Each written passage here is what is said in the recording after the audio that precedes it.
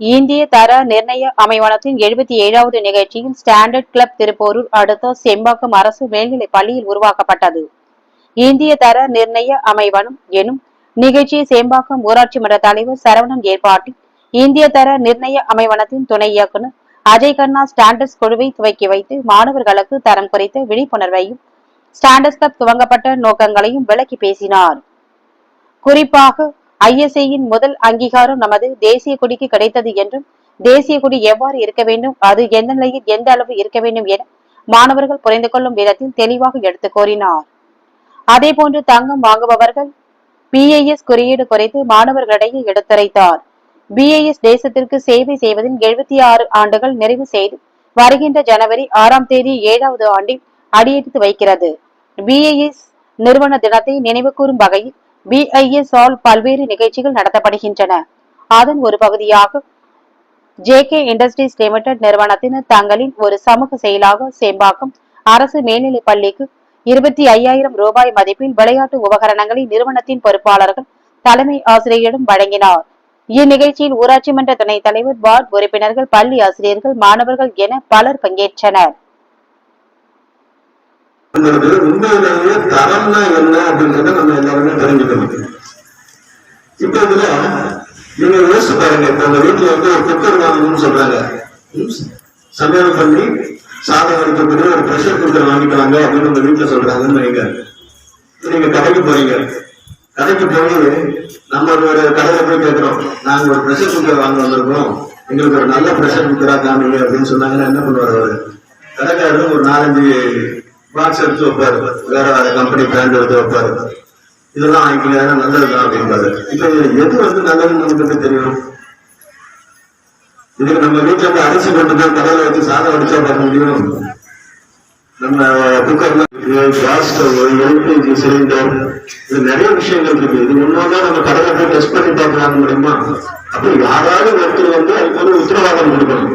இந்த பொருள் வந்து ஒரு தரமான பொருள் அப்படின்றதுக்கு யாராவது ஒருத்தர், ஒரு 3ஆம் தரப்பு மனிதர், கஸ்டமரும் இல்லாம கடைக்காரரும் இல்லாம உற்பத்தியாளரும் இல்லாம யாரோ ஒரு 3ஆம் தரப்பு உத்தரவாதம் நம்ம அது வாங்கலாம் அப்படின்ற உத்தரவாதம் கொடுத்தோம்னா நமக்கு எல்லாம் வாங்குவாங்க. அந்த உத்தரவாதம் தான் ISI முத்திரை. இந்த முத்திரையை கொடுக்கறது வந்து இந்திய தர நிர்ணய அமைவனம் BIS. இப்ப BIS வந்து 1947 ஆரம்பிச்சாங்க.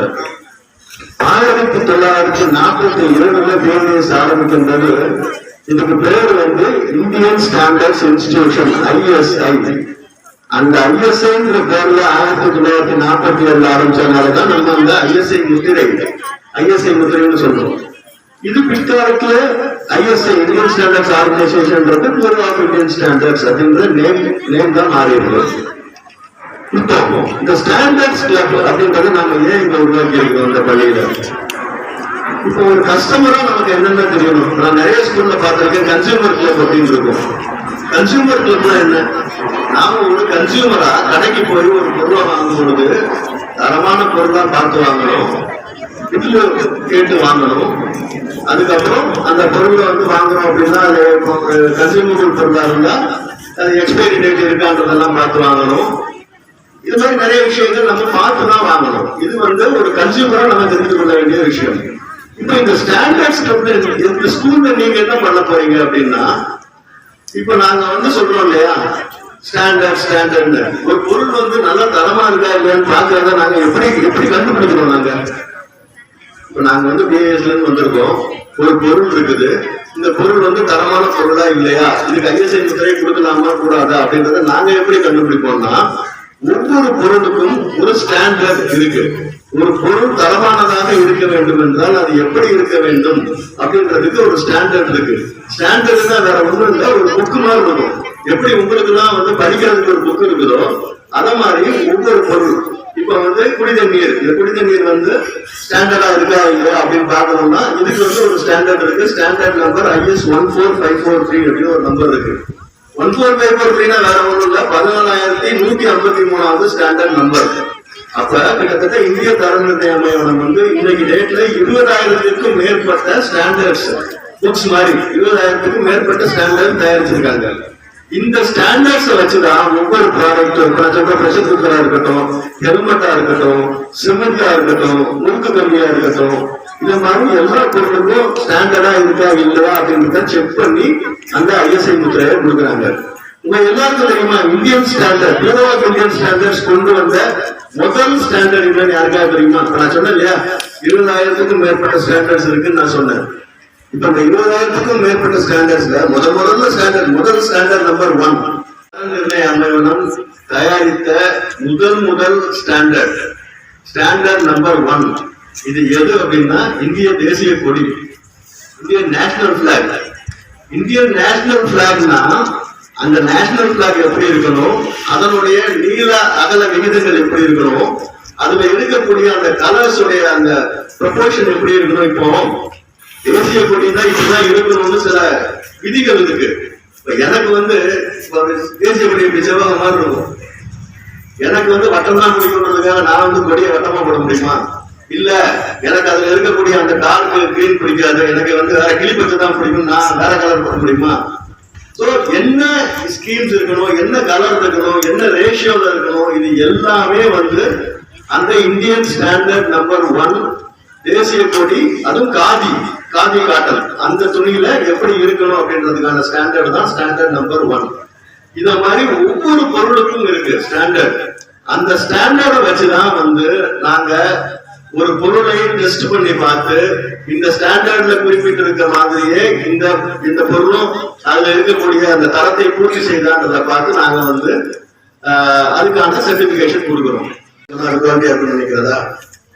குவாலிட்டி அப்படின்னா அதுக்கு வெவ்வேறு டெபினிஷன் இருந்தாலும் BIS பொறுத்த வரைக்கும் குவாலிட்டி அப்படின்னா என்ன அப்படின்னா ஒரு பொருள் எந்த ஒரு நோக்கத்திற்காக தயாரிக்கப்படுகிறதோ அந்த நோக்கத்தை அது பூர்த்தி செய்தால் அது குவாலிட்டி.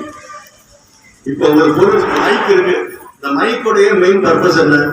நான் பேசுனேன்னா யார் பேசினாலும் அந்த சவுண்டை இங்க வாங்கி ஆம்பிளிஃபை பண்ணி அது எல்லாருக்கும் கேட்கணும். இதுதான் இந்த பொருளுடைய எக்ஸ்பெக்டட் குவாலிட்டி. இதுல எதிர்பார்க்கிறது இது ஒண்ணுதான். இந்த குவாலிட்டியை இது பூர்த்தி பண்ணுச்சுன்னா BIS பொறுத்த வரைக்கும் இது ஒரு குவாலிட்டியான ப்ராடக்ட். நாங்க வேற எதையுமே பார்க்கறது இல்லை. இது நீங்க பிளாஸ்டிக்ல பண்ணாலும் சரி, தங்கத்துல பண்ணாலும் சரி, அது எங்களுக்கு முக்கியம் இல்லை. இந்த பர்பஸை அது சால்வ் பண்ணணும், அவ்வளவுதான். இப்ப நிறைய பேர் பண்ற மிஸ்டேக் என்ன தெரியுமா? கன்சியூமர் சைக்கிள்னு சொல்றேன். இப்ப உதாரணத்துக்கு ஸ்க்ரூ டிரைவர் இருக்கு. ஸ்க்ரூ டிரைவருடைய பர்பஸ் என்ன? ஸ்க்ரூவை டைட் வைக்கணும். ஸ்க்ரூவை டைட் வைக்கிறது தான் ஸ்க்ரூ டிரைவரோட பர்பஸ். நம்மள எத்தனை பேர் அதை மண் கொண்டு யூஸ் பண்ணுவோம்? செடி வைக்கிறேன்னு சொல்லிட்டு ஸ்க்ரூ டிரைவரை கொண்டு போய் மண்ணில் குத்தி செடியெல்லாம் நட்டு வச்சுட்டு அப்புறம் ஸ்க்ரூ டிரைவர் தூள் பிடிச்சி போச்சு, இது குவாலிட்டியா இல்லைன்னு சொல்லலாமா?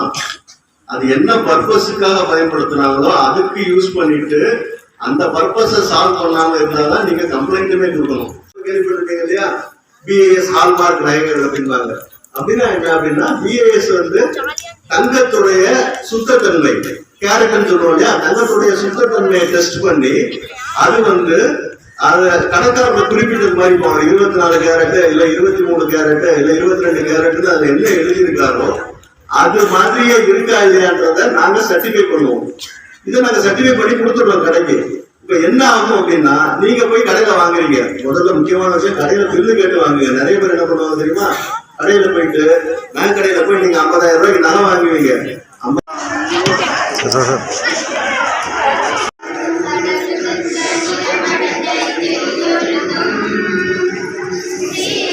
அதாவது பியூரோ ஆஃப் இந்தியன் ஸ்டாண்டர்டில் இருந்து வருகை தந்திருக்கும் டெபுட்டி டைரக்டர் திரு அஜய் கண்ணா அவர்களையும் மார்க்கெட்டிங் இப்ப அவங்க இந்த பிஸ் நிறுவனத்தினுடைய இந்த செமி கவர்மெண்டுடைய இந்த பிஸ் நிறுவனத்தினுடைய இந்த அமைப்பினுடைய செயல்பாடுகள் என்ன அப்படின்னு சொன்னா எந்த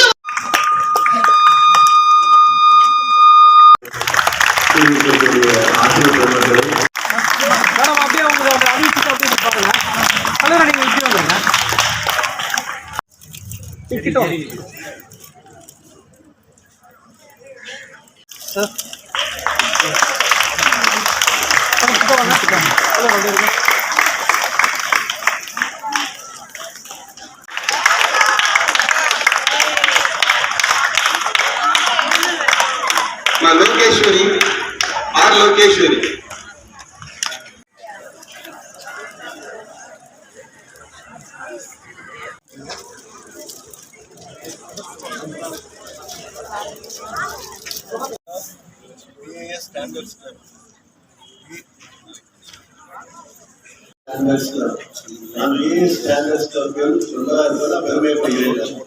நிச்சயமா ஒரு பெருமை தான். ஏன்னா உங்களுக்கே தெரியும் எவ்வளவு ஆயிரக்கணக்கான பள்ளிகள் இருக்கு அப்படின்றது.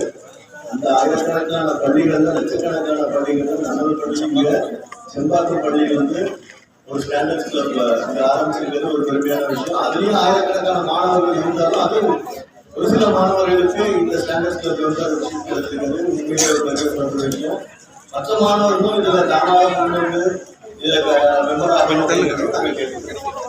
தான் கொடுக்க போறாங்க. அடுத்து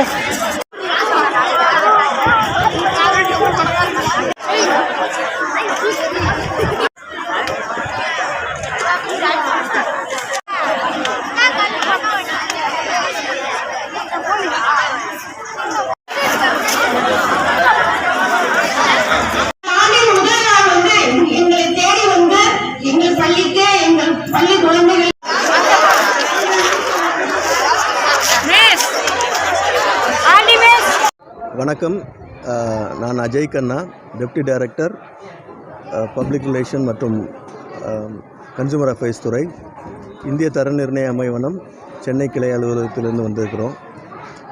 இன்றைக்கி செம்பாக்கம் அரசு மேல்நிலைப் பள்ளியில் எங்களுடைய ஸ்டாண்டர்ட்ஸ் கிளப் ஓரியன்டேஷன் ப்ரோக்ராம் நடைபெற்றது.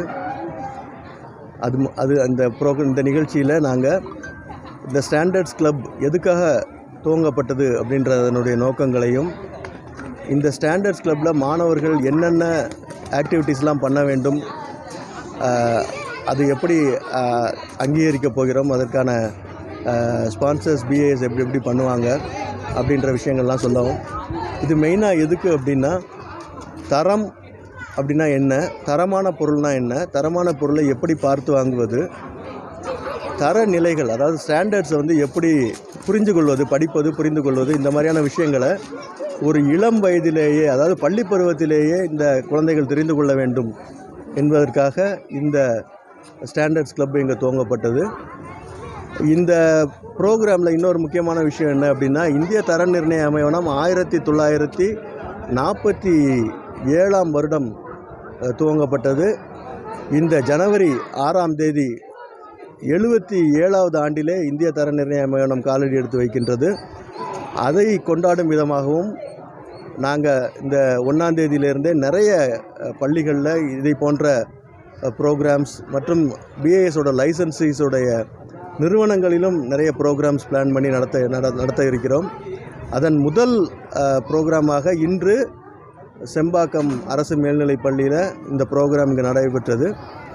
இதில் இன்னொரு முக்கியமான நிகழ்வு என்ன அப்படின்னா, இந்த அரசு பள்ளியில் ஜேகே டயர்ஸ் சார்பாக இந்த செம்பாக்கம் அரசு மேல்நிலைப் பள்ளிக்கு 25,000 ரூபாய் மதிப்பிலான ஸ்போர்ட்ஸ் கிட் வழங்கப்பட்டது.